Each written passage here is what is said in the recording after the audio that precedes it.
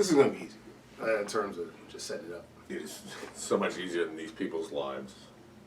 Yes, it is a lot easier. See, you would say, but this might be the most complicated plot of any movie we've ever done.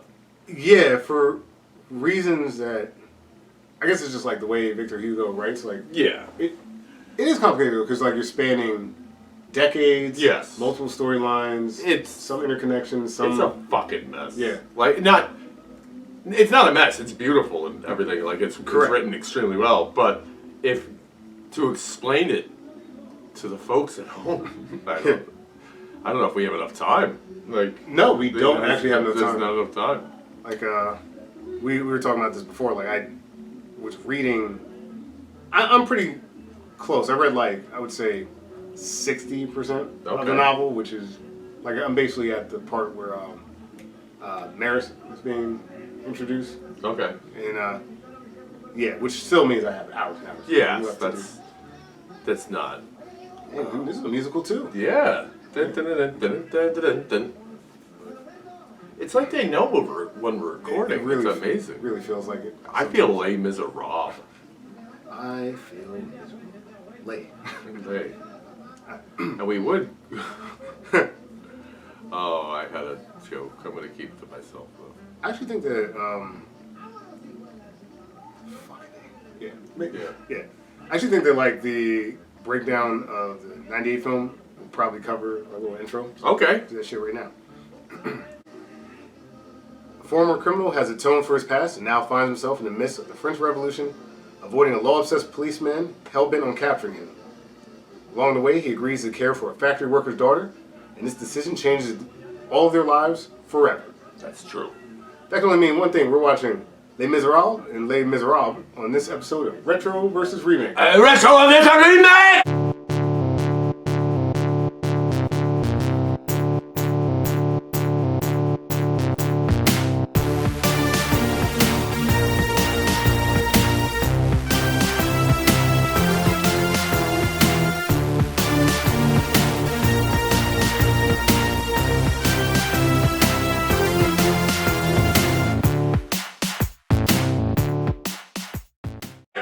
Napoleon.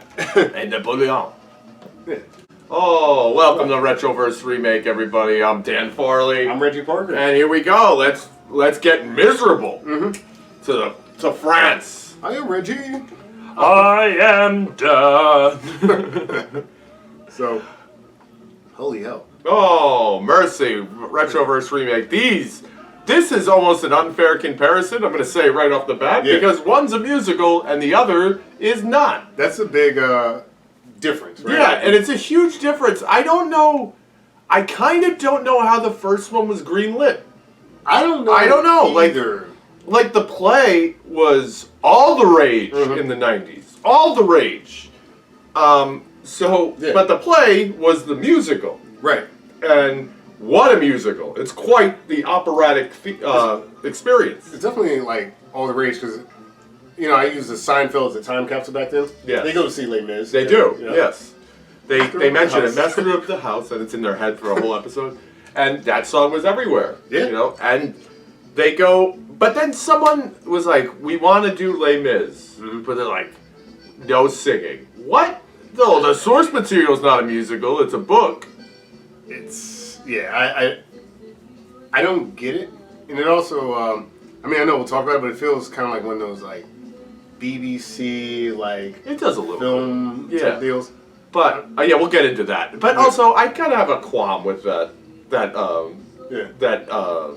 synopsis. Right. And I know you combine different things. Yeah. But it's not really the French Revolution. It's not. It's a failed revolution. True. It's a French Revolution. It's not the French Revolution. That's a good point. Like, it is a French Revolution. And, basically, like, I think the synopsis for the 2012 film actually probably makes more sense. Yeah. But, like, some of the wording, because, like, basically it's 19th century France. Yeah. So, like, there's political turmoil in the revolution, but you're right, it's not it's the schoolboy revolution. The schoolboy revolution.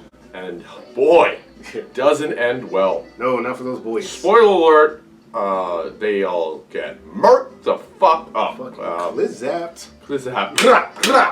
That's some things you're like, what are you thinking about? Like that would be one of them. Like, oh, we can get them on the run. No, you cannot.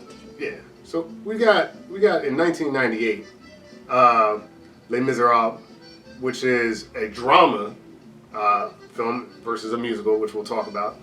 Directed by Billy August. The writers were, of course, the original source material, Victor Hugo, Rafael Iglesias, and it stars, just to keep things simple, Liam Neeson, Jeffrey Rush, and Uma Thurman. Yes, and Claire Danes. And Claire Danes. That's a good point. Let's not. That's. I just want to say that if you, in the '90s, if you were casting this movie, I get all of those choices. Literally, like it's like a hodgepodge. Like when we go back and they remember. Did you see the online when they released like what the Avengers would have been in the '90s? Okay. And like how they wanted to make Iron Man with Tom Cruise, and you're like, I can kind of see that, and like all this other that shit. Would work, actually. Yeah, and this is kind of the same thing. It's like, yeah, I get like Liam Neeson coming off of Schindler's List. It's like he's Valjean, bro. He's a tall motherfucker. I can see him like lifting a whole carriage on his shoulders. And Jeffrey Rush coming off of Shine, getting an Oscar. That everyone's like, who here saw Shine? No one. No one. I saw it, but I don't know what the fuck you're talking about. Yeah, exactly. And then Uma Thurman, Pulp Fiction, yeah. And then other things, Gattaca. Gattaca. And plus, she's like, it's also one of those things, like at the height of her like hotness. Yeah. And That's a good point. We'll get into that later. But and then Claire Danes was. I think this might be pre-Romeo plus Juliet. It might be. It's close. It's around there. We're right in that wheelhouse. Yeah, it's around there. A little bit after actually. Romeo plus Juliet, 96. 96. Okay, my mistake. So now it's appealing to a younger audience, an older audience. A film like. You could kind of see that they wanted to get this to be like, this is going to be an Oscar contender, and no, it is not. Yeah, no, it's not. It was nominated for something. Let's see what that was. Yeah, the one nominated. It's got to be like, I would bet costumes. Not even. It's. What is it? It was nominated for like the Cairo International Film Festival. Of course. Well, oh boy. Cairo, because when I think cinema, I think Egypt. Yep. Yes. It's like every Raiders of the Lost Ark has won every single year because Cairo. Anyway, so and then the 2012 film. Of course. I guess the director was Tom Hooper, who we're gonna have things to talk about. Stop playing with yourself, Hooper. The writers are William Nicholson, Elaine Boublil, Claude Michael Schoenberg, starring Hugh Jackman, Russell Crowe, Anne Hathaway. You know, I'm going to throw in a couple other names here. Amanda Seyfried, and Helena Bonham Carter, Sacha Baron Cohen. That's enough. That'll cover it, yeah. That'll get us to the finish line. Now, also nominated for a few things. I know Anne Hathaway got the Oscar for her portrayal. Did. It came true! That's the cringiest speech. There's so many... Yeah, jeez, it was. There was cringy. There was so many things that will be discussed, like choices that were made from the director Hooper in this that were writers too. Yeah, that too. Questionable. Very questionable. But yeah, it was nominated for Best Motion Picture. Hugh Jackman got nomination for Best Performance as an Actor. Yep. Hathaway won. They won an Oscar for Best Achievement in Makeup and Hair Song, which actually makes sense. Yep. And Sound Mixing, which really makes sense because it's a musical. It is a musical. And they're live singing. What a choice. I don't know. I think... So are there any other live singing movies? Not that I can think of. Same director, Cats. Oh. Which, yeah. Boo. He did the same thing in Cats, and like it's so funny. And we're doing it live too with background accompaniment. Mm-hmm. But yeah, like I forget what it was, but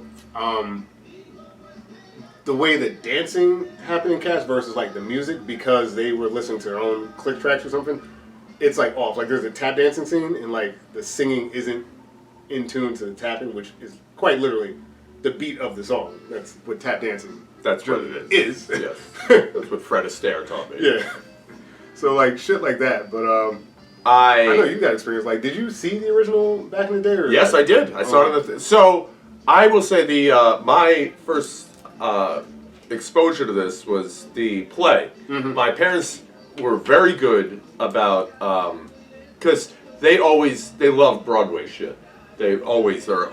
So I'm well versed in a lot of Broadway, nice. And including this, with the exception of maybe Cats, actually, which they were like, "This is dog shit. We're not going to see this." But they were big into Les Mis, and I remember being much too young. Right. Like, what's a prostitute? Like, you need to explain this to me. And then listening to the soundtrack, the original Broadway soundtrack. Sure. And going through all of it, and like each song. But my mom specifically explaining what's happening in it, and then finally they took us to go see it. But again, much too young to see it. But they were like, "You should see it. It's really great." And then it was incredible. Like I was blown away, and then became relatively obsessed with it. Like the play itself, I thought it was great. I've seen it several times. I think I've seen it 12 times. And then when the movie came out, I was like, "Well, we're going to see this." And then. I didn't have to twist anybody's arm, and I was 98. I was probably 13 at the time. So they took me to see it. I saw it. I was very underwhelmed, and then when the other movie came out, by that I was already appreciating cinema by 2012. Right. So I was like, well, I love cinema. I love this. This is nominated for all these Oscars. I'm going to see it anyway. Let's go see it. Sure. And again. Underwhelmed. Yeah. But, so the play and the book. The book which I read when I was older, but the play was like that was something else. Yeah, like while kind of researching for the podcast, I listened to quite a few people that similar thing were like into the play, different iterations of it, bringing cast members back, having cast members play older characters and later things, and like there's so many different versions of Les Mis. Yes. We may have got two of the least interesting ones, but it was but definitely the most popular. Yeah, these are certainly the most popular, the most mainstream popular. Yeah, because like coming up, I didn't know much about Les Mis. Like, I wasn't really big in like the Broadway or musical scene coming up. It makes sense. I wasn't really in Jersey. I was Marylander. So, also just didn't know a lot about the source material. So, for the most part, I would say this podcast is really my intro to Les Mis. Okay. I led in by reading, like I said, a decent chunk of the book. I can't say most because it's just such a long book. Yeah, it's like 1,200 pages, guys. It's a long book. But I mean, I've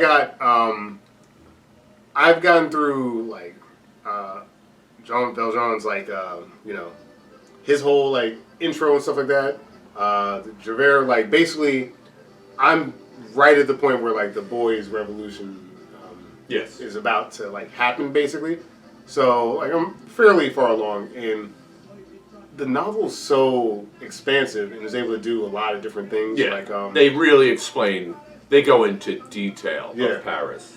They go into Paris, Waterloo. Yeah, everything, and they just what like everyone's background, like Jean Valjean's full family background of like the multiple kids that aren't his or his sisters whose husband's dead and like blah blah blah blah blah and that are starving, and that's why he stole a loaf of bread. Yeah, even like Victor Hugo will do like, you want to talk about like extended universes, he will dedicate chapters and chapters to a character who Valjean will just kind of meet for like a day. And it's just like, all right, here's the priest. Yeah. That's what the priest does. But like, it actually works because he's like explaining, this is why this priest is such a good guy, which explains why he lets why he gets him off. Yeah. But it's like you also got to keep in mind when you're reading a book, any book, mostly before, like the modernist revolution of literature. Basically, you didn't have any other forms of entertainment. Right. So if you were reading, they're like, hey, if you're going to read this book, I'm going to make it long for you. Mm-hmm. So, like, that's why when you read Moby Dick, there are chapters that go on about processing of whale blubber. Yeah. If you're ever reading that at home, you do not need to read that. You can just skip those parts and then go back to the amazing story that you're... Right. Same thing with, like, in Les Mis, there's... After the section that you're in, they get to do a whole section in the movie and in the and in both movies. He rescues Marius going through the sewers of Paris. They go into exquisite detail on the sewers of Paris, and it's disgusting. Yeah, and you don't need to know that. I mean, it's a nice little background for you that you're like, oh look, he's up to his knees in shit with a bleeding guy. I don't know how they both don't have typhoid. Yeah, I don't know. Like, it's a minor, like, I don't even want to say minor miracle. It's a miracle that he survived. Oh, yeah. You know, which the book, like, acknowledges. Like, it is part of kind of the divine intervention of these people's lives. Yes. For that this guy didn't die from shit. And, like, how he didn't die of shit until in the beginning of the movies, right? When he gets out of jail, like, how did you survive that? Right, like 19 years of it? Crazy. It's crazy. Of the hardest labor. Like, if people don't know, when hard labor now, it's like, okay, yes, it's very difficult in prisons, but then it's like, we don't give a shit if you die. No, at all. Quite literally, they're like, all right, we got you in the galleys, like, we got shit we gotta get done, and to death you're going to be worked. And then he's like, oh, I survived 19 years. Crazy. Yeah. Crazy. Which explains why he wants to escape so much. And you know, other things happen in the book like that, like most of the explanation of Waterloo, and you can tell like Hugo's a true Frenchman because he gets into it. Yeah. Like, it's basically like Pontmercy or Marius's like grandfather was there. Yeah. At the same time as Sacha Baron Cohen's character. Thénardier? Yeah, Thénardier. So it's like, hey, Thénardier is like basically doing the same thing where he's like trying to steal shit from people that died in fights, and boy, he's doing that again later in the sewers. You know, as expansive and almost unnecessary as some of that stuff feels, like you said, like just writing so much about things that seem unimportant. But that gives you a whole other aspect of, I want to get this, I want this very clear. I do not care about Marius as a character. Right. I think he's very weak. Right. But you know why he's doing what he's doing, because his grandfather fought at Waterloo. Right. So he's, you know, like, oh, I'm going to be as good as he is, like, doing this honorable thing. Meanwhile, he's just, you will not. You will not. You're really putting yourself to a lost cause for no reason. That you guys are delusional, if you think. And also this movie, both of these movies, just go to show you, it's not a new thing. You can't fight City Hall. That's true. But you could sure as shit blow it up. Anyway.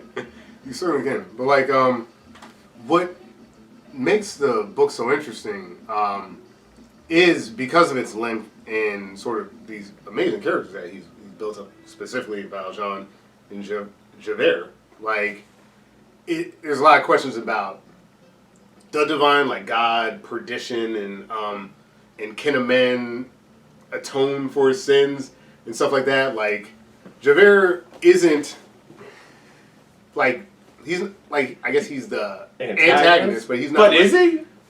Right. Like, I totally see where he's coming from. Completely. Like the whole thing.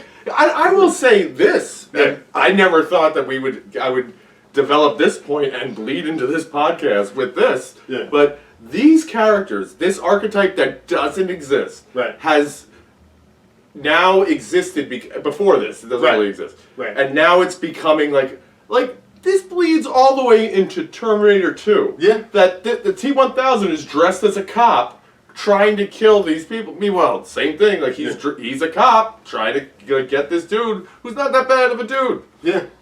He tore up a parole paper. That's what he did. He's like, hey, I can't get a job here. You know, I guess, like, in a time like this where there's so much upheaval and revolution, like, he feels like he's, like, kind of like the last line of defense for, like, social order. He's like, this place is going to shit. Yes. We're letting criminals roam the streets. We're letting prostitutes slap people. This is crazy. I gotta stop this. Also, there's a level of, and you see it a lot in, like, with certain politics, that you see people discuss, like, the pull yourself up by your bootstraps and whatever, and I see a lot more, like, because they complain to me about stuff like that because I'm white, and then they think like, oh, like, it's not quite. I think we've had more advantages than you think we did, guy. But anyway, I digress. That he comes from absolute shit. Right. He's born in a prison, Javert, and out of that, his mother was a jailbird. I feel weird saying that, but I just said it. His mother's imprisoned, and he's born in the prison, and from that, he goes through a terrible life and comes out and does everything right and makes sure, and he pulls himself up to be Inspector Javert, and by doing what's right and faith in God and blah, blah, blah. And so he thinks because he did it, everyone could do it. Right. Meanwhile, like, yes, you worked hard, but the harder you work, the luckier you get, like that kind of thing. If you did it like he did it, like Jean Valjean had nothing, and he didn't have any brains. And then, so like, to do all that, right, pull yourself up by your bootstraps, have this belief system, and have this kind of like consistent sort of foil of someone subverting that. Yes. Like, this guy who, like, on paper is just a piece of shit. He's a bread-stealing criminal that tries to break out of jail. Screw this guy.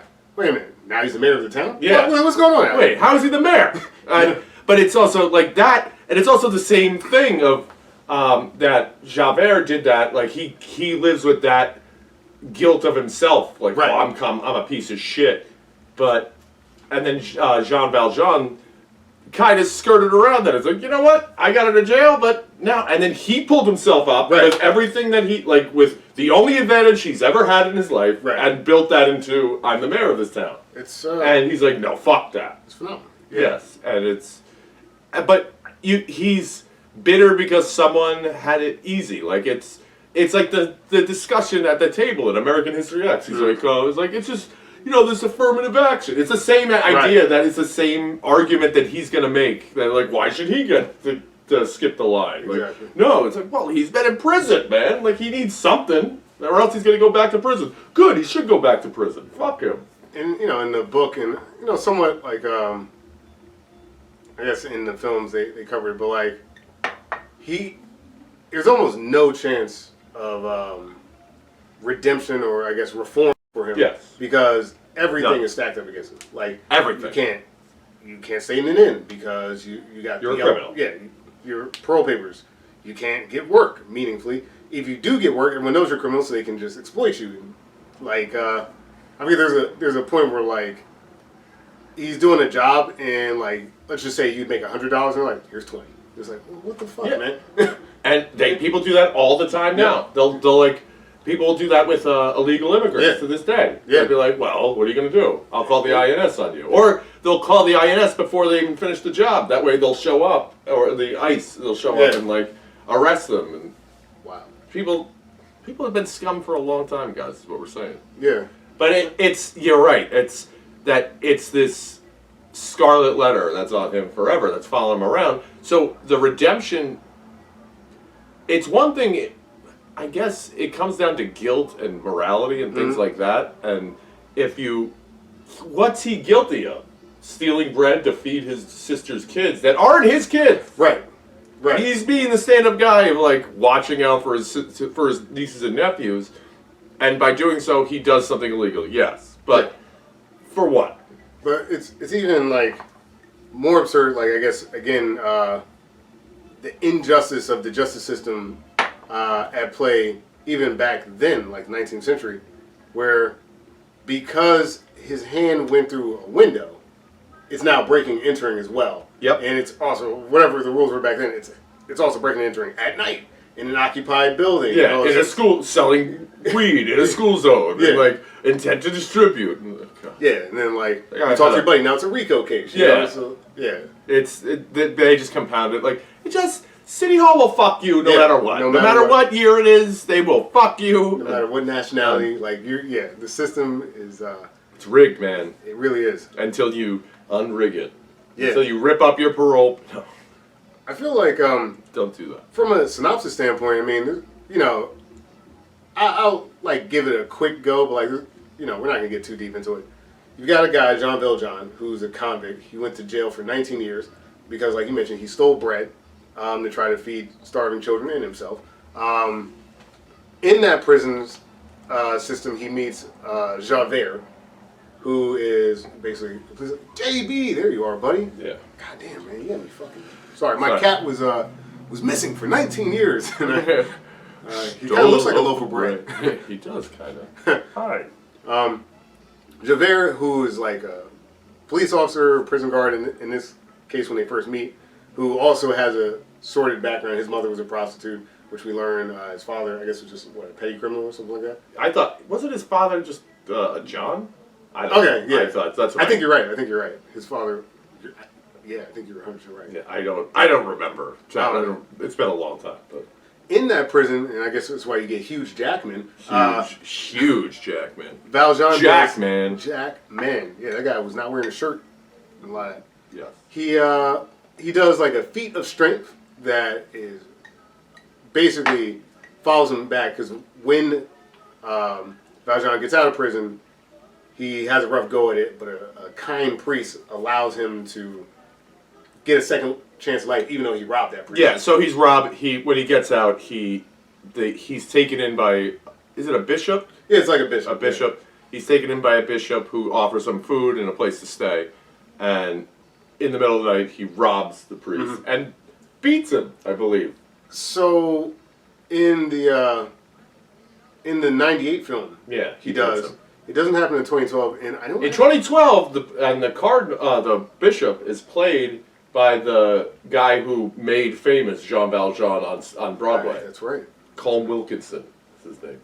Yeah, that's a great reference. So the fact that you see him, I immediately was like, you. Yep. I know who you are. Yeah. And then I was just like, hey, sing "Bring It Home." Bring him home. Sorry. I read the book fairly recently. I don't think he actually. He doesn't hit him. Hits the priest. Like, he's certainly thinking about it, and like, which is kind of like what the advantage of the book is, like this, the inner turmoil that Valjean, like that's what the book really gets across very well. But I think it's hard, especially for '98 to do, and we'll talk about that. In 2012, I think the medium of musical allows you to kind of play with some of that inner turmoil, and like the tones of the music and everything that does, but also. I will also say that the movie isn't the 2012 movie was pretty long. Like it's fairly long. Yeah, it's like 2:45. Yeah, and then that's almost a third longer than this movie than the second one. So you got another third of like developing. Like once Thénardier's barely in the '98 version. Yeah, barely. Like, he shows up to rip him off about Cosette and whatever. But, Yeah, I feel like that certainly like feels like a part of it. Maybe it's the medium doing it as a drama instead of a musical. But like the '98 film, it felt like they were just gotta hit these move along.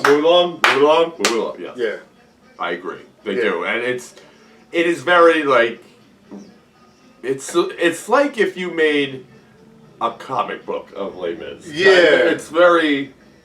And don't get me wrong, like I kind of think everyone does their job. I think so. There's aspects of it that I don't love. So basically, like in our little synopsis thing, like the priest gives him some shit so he can get along. He takes that, basically moves into a town, like creates like industry, like he figured out some manufacturing thing. Let's not get into it. Yeah. He starts a factory. Basically, he starts a factory that employs a lot of people. Becomes the mayor. One of the people he employs happens to be a woman who, in the book, it's completely fucked over. Like, she's more or less dating some guy who's just like, peace. He knocks her up. Yep, she's knocked up. She has a kid. It's 19th century France, so she sends her kids to live with this Thénardier guy. She works in Valjean's factory, gets in trouble for having the kid. Valjean is kind of involved, not as much as you would think. Valjean kind of passes the buck. Yeah. He says to like the foreman, do what you gotta do. Just make this go away. So, because that happens, Valjean passing the buck, the rest of this woman, Fantine, the rest of her life is pretty horrible. She dies. Valjean makes a promise to raise her kid. He tries to raise her kid. The whole time, Javert is more or less on his ass. Yeah. And I mean, like, decades. Well, yeah, because he gets away. He gets away from. Javert shows up as the inspector after he realized, and then Valjean notices him right away. He's like, "That's fucking Javert," and then he's like, "Oh shit!" And he knows that I'm a criminal. Yeah. And how did I get to be mayor? Oh fuck! And then he gets there's an accident. Yes. And a wagon. He helps an old man who a wagon falls on, and he kind of says, "I don't really care. I'm going to help this guy." Yeah. And then helps him by lifting up the wagon like Hercules. Yes. And then Javert sees it as like, "Holy shit! I've only seen one person do that." Right. And when he does that, then he's still searching for that guy. They find a guy who looks like him. Yes. And who's basically a moron. Who's a moron, who's like, "Yeah, I'm that guy," and which is true. People do admit to things. They're like, I don't know who it is. So then Valjean's like scot-free, could leave easily or continue being the mayor of this great town, and he easily could have just done it. And he's like, "No, I cannot just let this guy do that. Right. I can't let this guy go to hard labor for the rest of his life and probably die." Right. And because he's not me. And which is ironic because probably some other thing happened to that guy like a week later. He died in prison anyway. But that's not on his soul. Yeah, that's right. That's right. So he turns himself. He walks in. He's like, "That's definitely not him. I'm me." Yep. Like, and you've been looking for me. You remember me, bro, from prison? You got that tattoo? Yeah. And then he shows up, and then he basically takes off. He's like, "Do whatever you got to do. Yep. I gotta go," and he leaves. Then Javert comes back and says, "You need to go. Like, you need to come with me." He's like, "I'll come with you, but I gotta get this girl first. Yeah. That's the last thing I did. I promised her mother." And Javert's like, "Fuck that girl. Nope. I don't care. You're coming with me." And Valjean's like, "You forgot I am so much stronger than you. Like, I'm not gonna let you take me. How about that?" Yeah. Beats his monkey ass. Beats his ass, for sure. Beats his ass, and then he goes and gets Cosette from a swindler. Yes. Schindler. Liam Neeson. Swindler, Thénardier, who's been milking. A pretty good swindler. Yes, he's been milking Fantine, who's the prostitute, for quite a long time, saying that she's sick and she's not sick and need more money and blah blah blah. Put your kid in the street. And then he also has a daughter, Eponine, who's far more interesting than Cosette, by the way. Yes. I must say. And then whatever that they make a run for it, and then they get into the whole boys' revolution. Yep. And then she falls in love with some dork. the Marius who's involved in it, and then she's like, but then Javert is still coming after them, and he's got to get. She says like, "I want to leave with them." He's like, "No, you're not leaving, but I will go get him." Yes. And then he goes to get him, right as it's about to blow up. More feats of strength. Yeah, more feats of strength, more holy divine intervention, and then he has the drop on Javert. Yes, because Javert has a brilliant plan to go undercover. Which works, by the way. It does work. He just gonna get killed for it. Yeah. It doesn't work out for him, but his idea was sound. That was a sound idea. It does. Were you expecting to see the guy who got away from you 10 years ago, like randomly? Like, was that really? Well, then the kid does. Oh yeah, little Garrosh. Garrosh. Yeah. He notices him. And he calls him out. He's like, "That's Inspector That guy." But after everything's done, meanwhile the fucking enemies at the gates is like, "Yes, they did. I did, and France will live," and whatever. And then he's like, "Oh." Then he's like, "Oh, I know this guy. I'll kill him because he's been hunting me forever," and then lets him go. Then Javert loses his mind. He can't fathom that and kills himself. And Javert, and then Valjean gets away. This is after everybody's been wiped out in the... Including little Garrosh. Yeah, fucking Garrosh. He gets shot several times. Little bit. A fucking 8-year-old kid. But he... and according to the 1998 movie, this is where it ends. Yeah. That's it. He's like, "Hey, I'm done." No. It follows. There's more to do. There's far more to do. And then he basically gives them money, says, "Go on your way, get married, do whatever you got to do." And they go off and he goes into hiding. Not hiding, but kind of like seclusion. Yeah. And then he basically dies. Yeah. And, everyone dies in this movie. Yeah, pretty much. Fantine's ghost comes back, Yep. little Rosh gets another song as a ghost. Yep. Everybody gets another go at it. Come with me, where chains will never bind you. I'm going to say outright, which is why I think they've been doing this over and over and over again as a musical. That shit works. Oh, it's so good. Like, even this 2012 film has technical problems, which I think kind of like limit your ability to just enjoy the music for what it is. Yes. But I think it's the best medium to tell this story. Oh, I think it is too. Including the book. Yeah. I think it's better than the book. I think it's the play itself is phenomenal. Well, the musical. I love the book in terms of like as a former Catholic schoolboy, like a lot of these thoughts about like religion, perdition, atonement, guilt. Yup.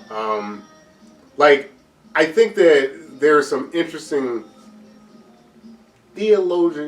philosophical questions I think that arise in the book that I think can only really get played out in the book, but like that a good story does not make. It's just a nice. Well, think thought. of it this way: like if you exactly the same way you're talking about, just think of Javert and Valjean, and they are both extremely moral men. Yes, correct. In different ways. Absolutely. And one is doing everything right the way it should be done. The other one's doing the right thing kind of the wrong way. Right. But he's doing it the right way. He's still doing it. Right. Like he's doing everything it's not so much even the ends justify the means. Because he's not really, like, if it came down to, like, killing someone to get Cosette, he would do it. He would. No, I don't think he would. I don't think he would kill someman. But he's like, I will try and I will figure out a way to do it without that. But I will become a fugitive to make sure this girl is. That's fair. Like, I guess Jean Valjean's greatest sort of moral achievement is when he's out of the trap. Like, his willingness to go back into it for the right cause. Like, Yes. like Cosette, like you're saying, he's scot-free. Like, oh, some other guy's Valjean. That's the end of your problems if you decide to just let it be. But he is, like you said, deeply moral in that sense. And that he literally thinks, oh, and he has the debate, like, I could get away, but I'm going to burn in hell for this. Right. Like, it's like, I know my sins, and this is a burning offense. This is not. So he's like, no, I don't care. And eventually, but he comes to the decision, no, I'm not going to do that. There's one. That's why I'm saying I don't think he would actually kill someone. But it's a moral. It's literally the only difference between them is pride. Yeah. And he is very proud of the fact Javert is very proud of the fact that he's a consulate with the government. Well, I guess it's the circumstances of their lives that like are feeding that pride, because Valjean has had his pride stripped from him. Exactly. Like exactly. Years and years of like he's no longer.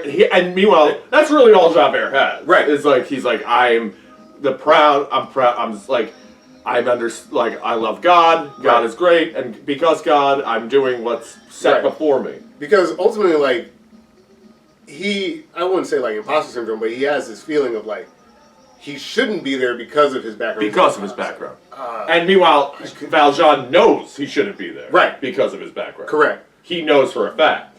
But that's why he keeps to himself. And like the thing with the priest, which, I didn't love that he hit the priest in the 98 film, because I thought it kind of undermined the character. But I think actually, think about it some more, being a little bit more fair. I think it's a nice way to show the interplay that happens in the book, that like Valjean is struggling with his humanity, because there are moments where he, in this like low moment, where he makes choices almost like subconsciously, and he like reflects on himself like, oh my God, I'm an animal. Yeah. How could I do that? There's Gavroche, but then there's Little Gervais in the book, and like this little street urchin that he runs into who drops like a silver coin, and his foot just like, without even thinking about it, his foot just steps on the coin. And the kid's like, give my coin back. He's like, I don't know what the fuck you're talking about, kid. And then when he realizes what he's done, he's like, oh shit, I gotta really be a better person. It's like, I gotta. That was. Which, by the way. Which also is part of the reason he got in trouble again, because like he stole from Little Gervais as well. That was one of his crimes. And let's be honest, we've done similar things in bars. Oh, You and I, oh, I know for a fact. Oh, what is that on the ground?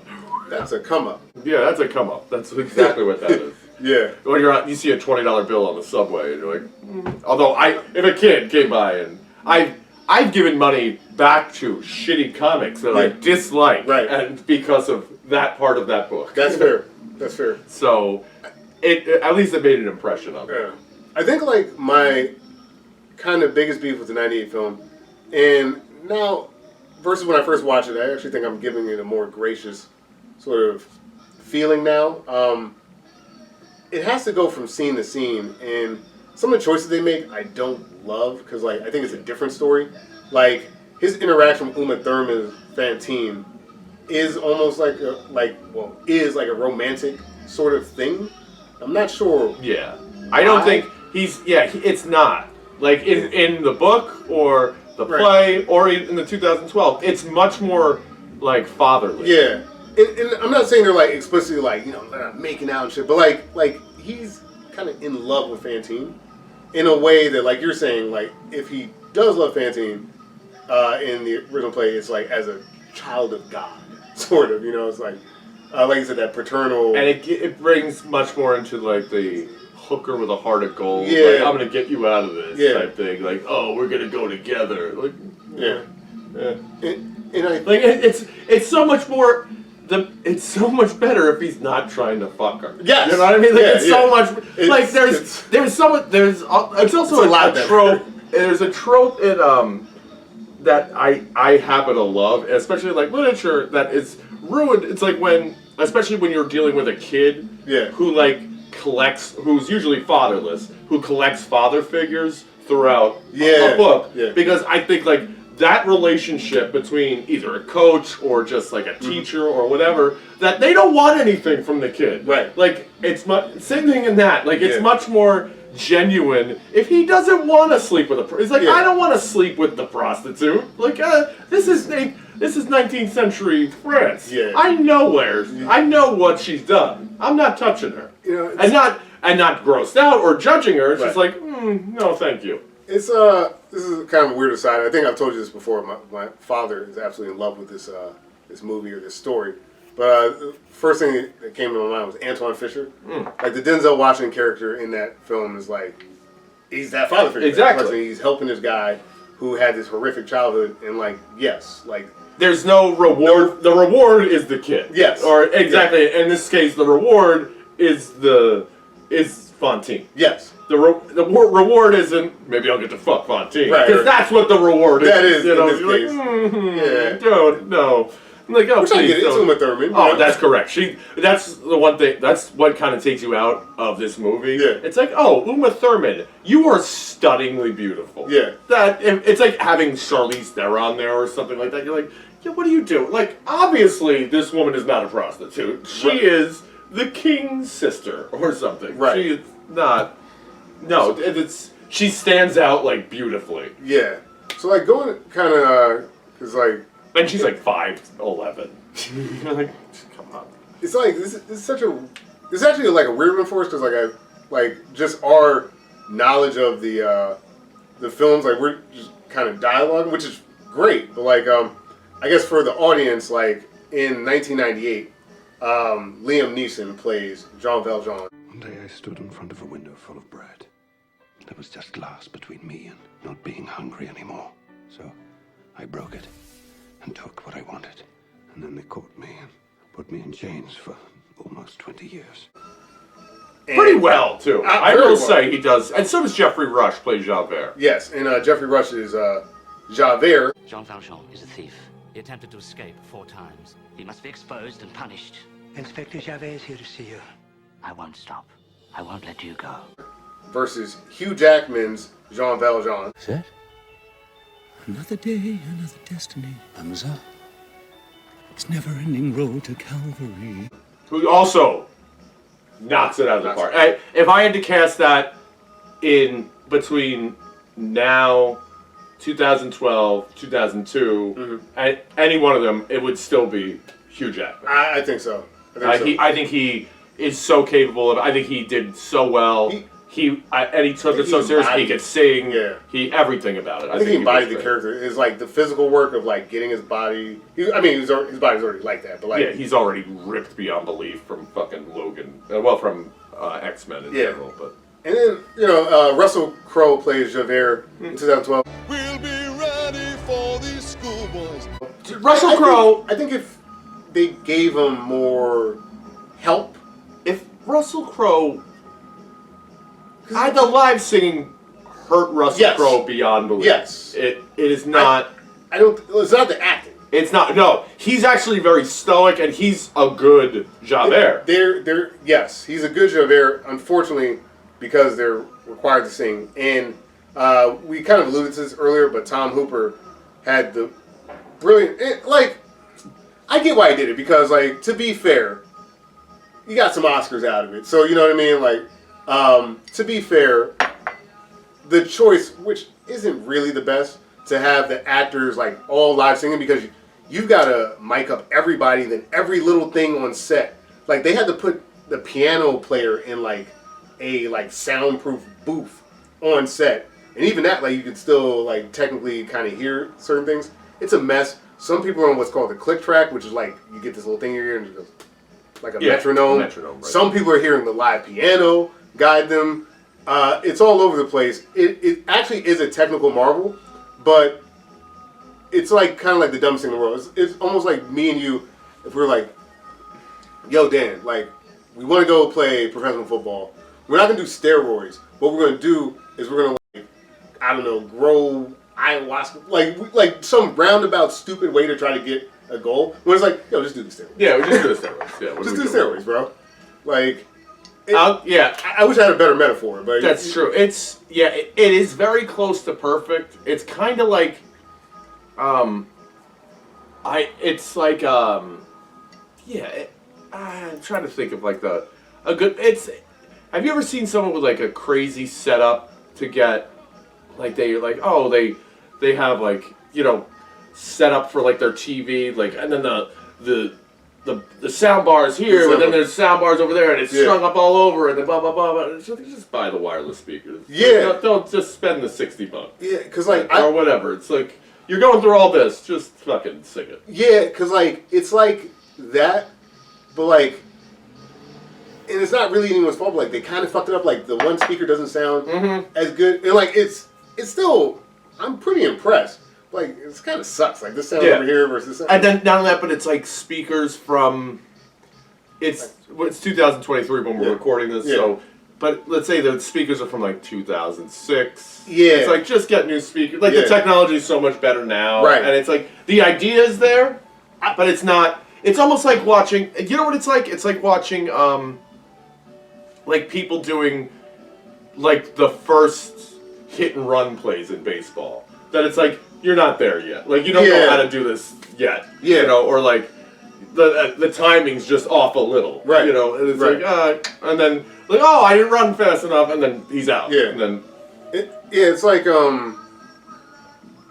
having to, I guess in another way of looking at it, it's having to pay all these people to do all these different things when a recorder would have worked just fine. Yeah. It was a quarter of the budget. The sound actually would have came out slightly better. Again, it's a technical marvel. I do think that some of the choices the actors made as well, I was doing some research, Jackman wasn't really hydrating really because he was trying to get that lean cut, which isn't good for singing. That's what singers say. The vocal cords, you don't want a dry chord, bro. Anne Hathaway, some of the takes, because she's again, live acting, she may have been singing some of these songs standing, but then in the scene she's sitting. And that changes the way your diaphragm. Oh, so, absolutely. Little stuff like that, which, for your average Joe like me or you, well, actually not so much you, you're actually more in tune with some of the musical aspects. Oh. The choices are not the choices Sure I am. Sure. Sure I am. More than me. I don't know if that's true. More than most, I don't know if that's true at all. Well, some of the choices they make, the technical, singy Broadway people are why the fuck would you do this? I agree. And then for us as the audience, like you get kind of these uneven performances, and like you said, I feel bad for Russell Crowe because I do think his acting was fine, but the singing is not there. was rough. Yeah. And also, it is. Then maybe, since we know how Javert died, did it seem excessive the way he died? Yeah. Did it seem like. Don't get me wrong, that's what happens, like when you jump off that bridge. Yeah. But do I need to see that? Like, like breaking his. Like, no, he's dead. Yeah. Like, no, I believed you. Yeah. Like, I didn't need to see. It was very gratuitous. You could do like, it kind of like Star Wars. Yeah. Like in the play, actually, the way they do it in the play is actually excellent. They have like the gate on the stage, and like he walks over the gate, and then he's singing the song and climbs over, and then he steps off, and then they raise the gate, and then they change the light above so it makes it look like it's water below. Yeah. And then it looks like he's falling while he's singing, and then, that's really cool. And he's like basically laying on the ground. That's amazing. And it looks really good. Like the way the stage is set on the play, it's all minimalist stuff. Mm-hmm. And there's in the middle of the stage is a giant wheel. Okay. Like the whole thing is basically a wheel, so it kind of turns around. So if they're walking, they walk on the wheel, and then they're walking through like the sets, and then that's badass. And then when they do the barricades, it's fucking awesome. For the battle? Yeah, for the battle, like it comes folding out, and it like basically like connects, and there's like all this like rubble, and then they turn it around, and then you see like soldiers getting killed on the other side, and they turn it around, and then poor Garrosh, and then but it's really last time I saw a set piece like that, I was watching a Barbie movie. Yeah. But it's also minimalist. Like it's like they kind of like bring the chairs on. It's very well done the way they do it, and then there's a few trapdoors in it too that are pretty cool. That's pretty good. Oh, that sounds fucking phenomenal. It is really cool. But I just thought it was a little excessive to see Russell the Crowe way he dies his like, skull against the fucking against the like. Oh god! They even get the bounce. I'm like Jesus. And then I kind of thought it was a little silly. But on the other hand, I also think like the Jeffrey Rush's death. It's like that wasn't enough. Yeah, like you kind of just hurled yourself on. It's like he dove into a pool. Yeah. Like, now I'm gonna drown, and locked himself with the shackles and like shoved himself in. And I'm like, I feel like instinctively you're just getting out. Some people get it. Yeah. I think like '98, because like you said, they're all great actors. Like Liam Neeson's a great actor. Jeffrey Rush is a great actor. Yeah. Uma Thurman. Like I think because the story is so expansive and they have to do it so quickly that it almost kind of flattens the characters a little bit. Because like Liam Neeson's Valjean is very kind of like what's the word, like brusque. He's just kind of like Yeah. And we don't get as much, in my opinion. I don't think we get as much of like that push pull of his like humanity throughout the film. Yeah, he kind of thinks, okay, well, this is what I'm gonna do, and there's not really up in the air. Right. He's not. And like Jeffrey Rush in his way, he like how do you put it? Like his character kind of gets flattened out to like he's just like I am only obsessed with getting you. And it like it's fine, but it almost like there are parts where it almost feels cartoonish, like the chase. When he's like, yo, bro, I'm out. I'm going to get this girl. He's like in a Porsche carriage. Like, I'm going to get this motherfucker. It's like all right. Go faster! Yeah. But, like, with all that being said, though, I fucking love Jeffrey Rush. Oh, I think he's great. Also, I've never wanted to try snuff more in my life. Like, I'm sitting there watching him like, maybe I'll try that. And I remember the first time I saw that, I was like, I said to my father, I was like, what the fuck is that? Yeah. He's like, well, they used to inhale nicotine back in the day. I was like, what? The last person... Like, is he doing cocaine? I guess the only person I know, so the last person I know that do snuff was my grandmother. She was a big snuff user back in the day. She'd send my dad, like you do with small children back in the day, like, go down to the store, here's some money. I don't even know where you get snuff. Could you still... I've never seen it in the store. Maybe you can. Maybe I have. I think maybe in some places, but, like, she used to get this brand called Ralph's. And, yeah, that was her shit. Ralph's Scotch Snuff. So between come in this little jar. Between Jeffrey Rush and my grandma, snuff. Let's do it, bro. Let's go. I thought it was, but they're both kind of rigid. Yes, Like, whereas like super rigid. But like Hugh Jackman, so it's much more human. Yes. It's much more human, Yeah. and I don't. There's, like, I don't know how to say it. It's like the difference between like the '98 version, like all the pieces are there, Right? But it's kind of like made by people that just aren't talented. Like I don't know how to say it. Like there's no the script is kind of mediocre. The whole thing. I think like everyone's trying their best. Yeah. But it's like I don't know. I think like it's almost the best thing you say about it is almost like lost in translation. Like the weight of the story. It's not there. Yeah. Yeah. It's not. There's no weight to it at all. Like, Yeah. if you didn't know what it was about, do you know what it's about? Right. You know, there's none of that moral ambiguity in there at all. It's like, oh, you go there. And then they cut out all of that for a 2-hour runtime. And Right. It's like, and also, I don't care what, I'm going to say this, what medium you watch it in or read it in, Cosette and Marius stink. I don't care. And they're the only two people that survive this fucking movie. Yeah. Oh, not Thénardier. Thénardier survives. Yeah, Him and his wife.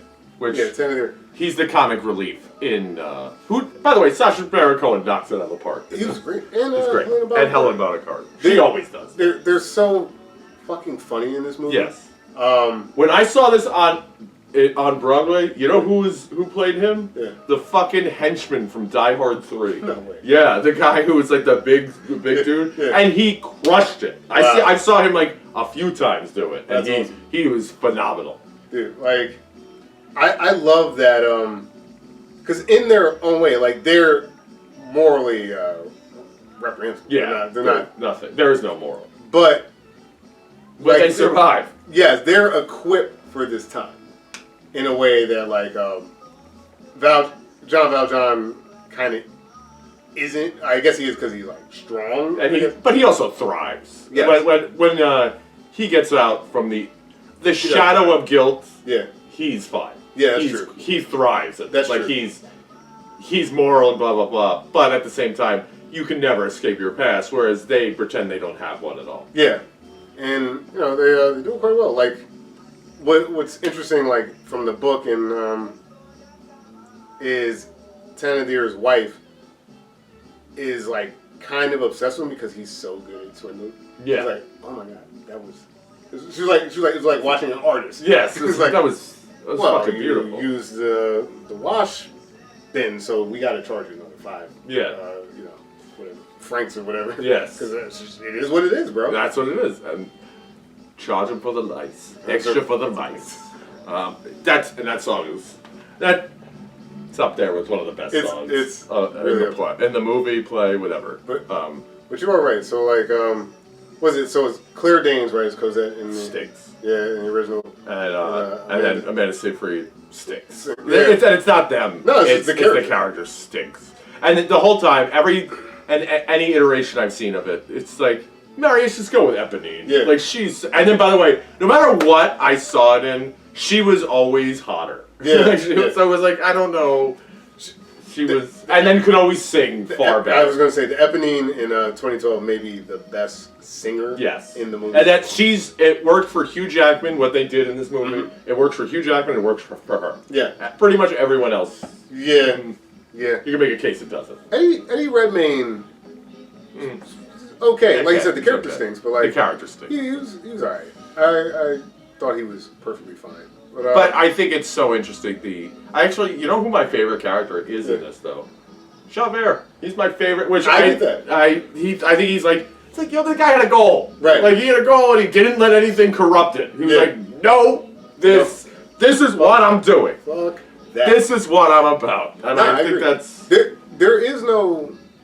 I mean, there's a story, but the story is not as good without Javert. You need. It's not. But I also think it's like, dude, like if you were Javert, you would totally be trying to nail this dude. Like it's not like I'm gonna get him a pass. Right. And then even at the end when he's like, you're gonna kill me, okay? And he's like, what the fuck? You're not gonna kill me? Yeah. I would kill me. Like, I would kill me in a second. I would have done it immediately. Because you know I'm gonna keep coming. In certain ways, like he's right. Because like when the townsfolk, no matter how much manufacturing industry Jean Valjean brought into the town, or Mr. M or whatever his name was, there when he was living in the town. Fuck it, sorry. Music's coming. No matter what happens, the minute they find out he used to be a criminal, all the time they're like, "Ah, he's a piece of shit." Like they all just like immediately turn on him. Mm-hmm. The town goes to shit. And they're like, they make no connections to why the town is like gone bankrupt. They're just like, yeah, that guy sucks. That guy sucks. Fuck that man. Yeah, like Monsieur Le Maire. Yeah. Which is, by the way, the way it all goes down. Yeah.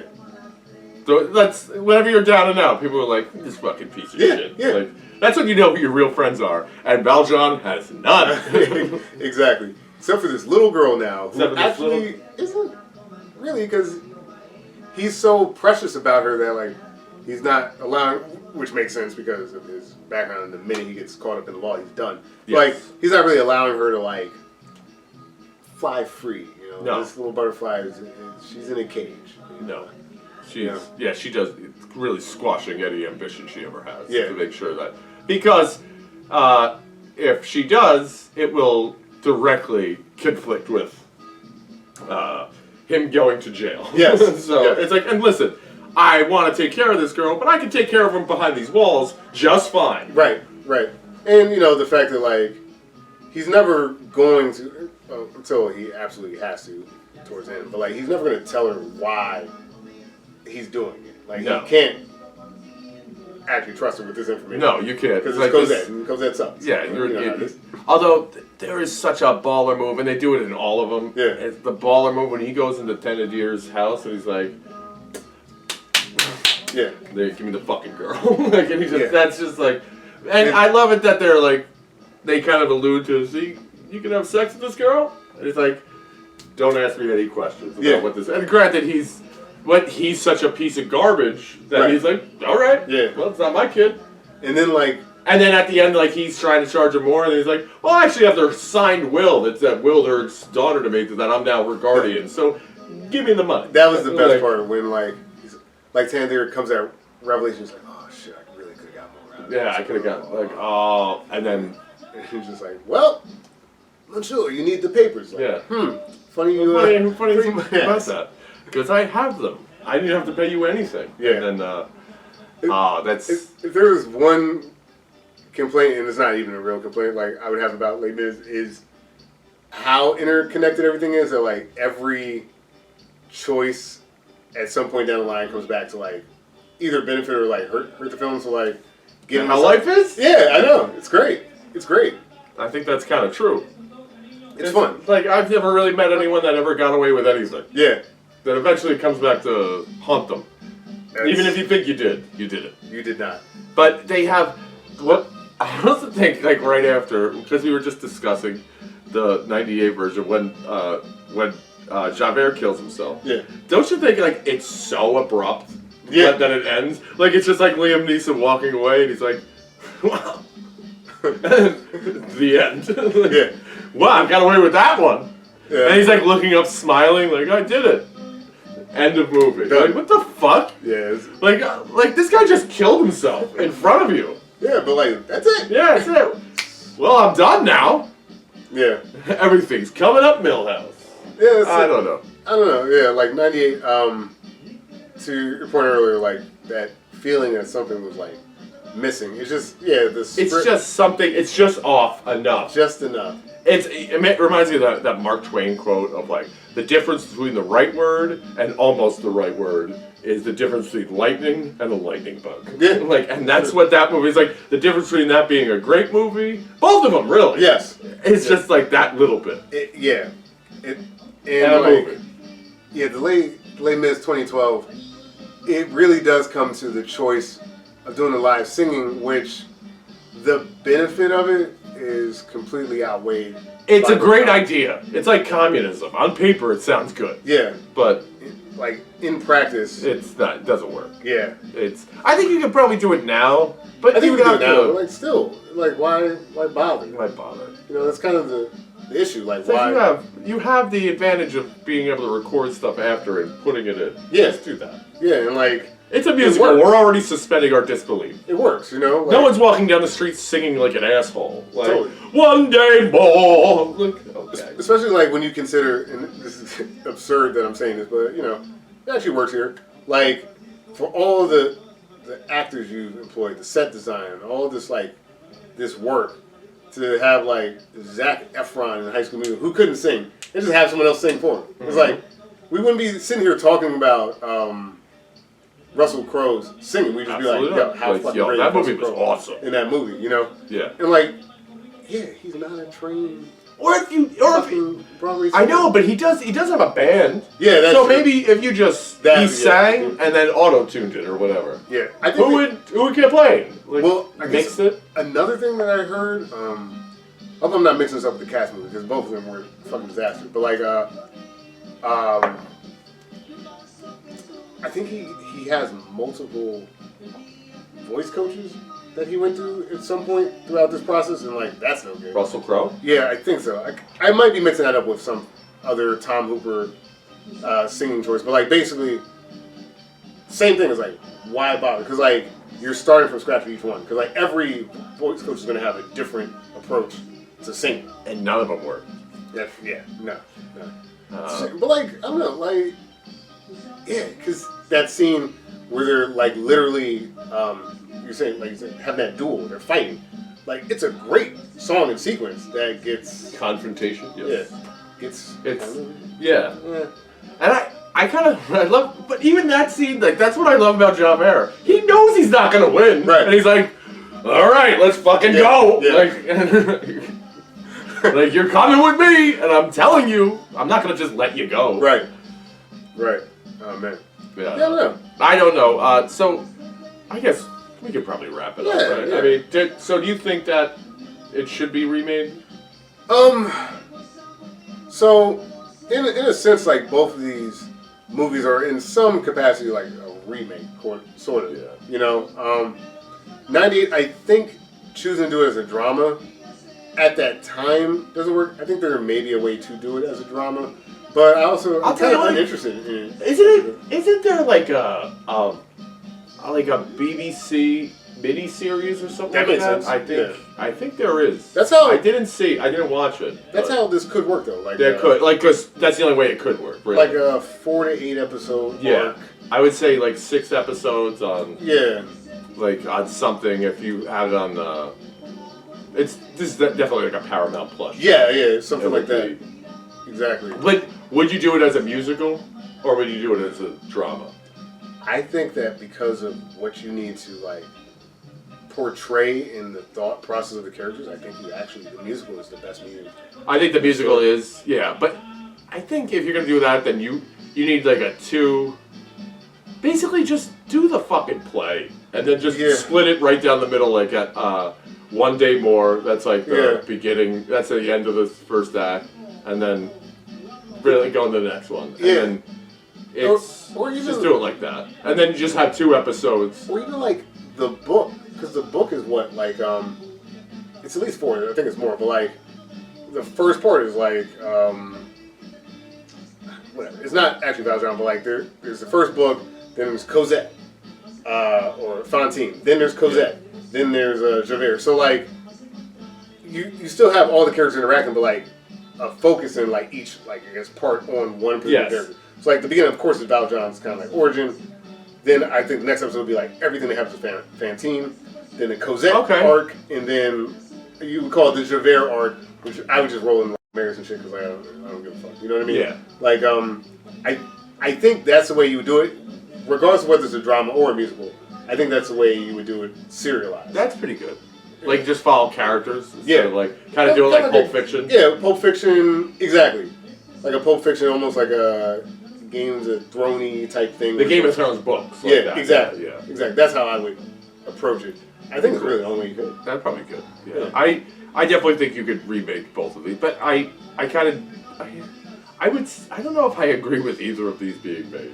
I don't know, maybe the 2012. 2012, I think, but they has both a better argument. But they both seem like too much of a cash grab with not enough like art behind it. Yeah, like if that makes sense. Like I think that most of our feelings about the source material, or I guess most of our feelings are about the source material, whether it's the book, different plays that you've seen, and like this is like, okay, I see this approximation of that thing that's awesome, but like neither of these films are very good. Yeah, although like fucking God bless Hugh Jackman, he's really giving it his all. And pretty much God bless everyone in the Jackman, the 98 the cast version. but see, that's the thing though. The cast in both films, I'm not mad at the cast. No, absolutely not. No, it's like I mean I will no matter what Marius and Cosette whatever. eat shit, Yeah, both of them. Like as characters, I don't care. Right. But like everyone else is so much more interesting. Yeah, than them. agreed. Every single person, including the Tennantys. including them in both movies. The 98 or whatever. Yeah, whatever it is. I don't. It's freedom fries, bro. Yeah. Okay. But yeah, so we did it. Yeah. That was Les Misérables. That was Les Mis. Yeah, ultimately, I guess our point is neither of these movies really hit the mark, and it's still morality comes in different flavors. That's true. But I mean, I guess the upside of these things existing is, maybe they'll lead you to better iterations. Yes. Of this, whether it's a novel or. I think it's going to be something else eventually that's going to blow your mind. Yeah, I think. And we'll be right here to talk about it. Yeah, I think I wouldn't be mad if they tried this again. I just think they'd have to do it better. Yes, and I don't. Yeah. I don't know what the answer is, but but then again, it's not up to me to do it. Yeah. Or maybe it is. Maybe you and I will have to do it. You know what? Yes. Yeah. Yep. That makes sense. Be ready for these schoolboys. Yeah. All right. I heard they did one with the Jonas Brothers. Well, one of the Jonas Brothers. Like he was playing Marius, I think. Of course he was. Yeah. It's like I think Nick Jonas. Nick Jonas. Yeah. So. What are we doing next? What are we doing next? We're going to keep on going with the morality. Okay. The blending of morality. We're going to do Shaft. Oh, shit. Shaft, 1976? 76, yes. And then we're doing the 2001. 2001, and then the Shaft. I think we kind of briefly... So actually, the first Shaft, 1971. 71. 2000, so we're off by a couple years on each of these. 2000 was the... Because I think it was called... That was like the name of it, Shaft 2000. Yes. That was when everything was 2000. Godzilla 2000, Shaft 2000, Gateway 2000. But yeah, Shaft 1971. You could go Shaft, the 2000 film with Samuel L. And also 2019, they kind of rebooted the remake. I say we could just rope it all together. I'm going to rope it all together. And I think ultimately, I guess for the audience, if you are on a time crunch, I would say watch 71 and 2000, and if you get a chance, watch 2019. But like we'll talk about all. I don't think it. I think you'll get the point. You know what I mean? You'll get the point. Yeah. In 1971. 1971. You'll get the fucking point. Yes. All right, we're going blaxploitation. Quite possibly the best blaxploitation movie ever made, with the exception of. I think we know what it is. Wait a minute. You're not talking. I'm a Superfly guy, so maybe we're talking about. I wasn't talking about that. Yeah, what do you got? Bruce Leroy. Oh, The Last Dragon. The Last Dragon. That's that one. Just on an absurd level. Especially like Superfly is great. Yeah, especially to do like after blaxploitation was done, to then just be like, hey, wait a minute, we got one more. We got one more. That's what I mean. It's just it's so unnecessary. You are the last dragon. Yeah, that's great. All right, gang. That was all right. That was Les Mis. If you guys want to follow us, you can follow us at Retroverse Remake on Instagram. And then subscribe, all that jazz, wherever podcasts are sold. I'm Dan Farley. You can find me at DanFarley18 on Instagram and JerseyDan18 on X. X gonna give it to you. X gonna give it to you. I'm Reggie Parker. I'm at RP Comedy on IG, X, Threads now, I think. All the socials. And we're on Spotify, YouTube, Google Play. All that Click, shit. like, subscribe. Thank you very much. And if you have any thoughts on Shaft or Les Misérables, let us know. Thank you so much. God bless. Bing, bing. Bang, bang. Les Mis. One day more. Master of the house.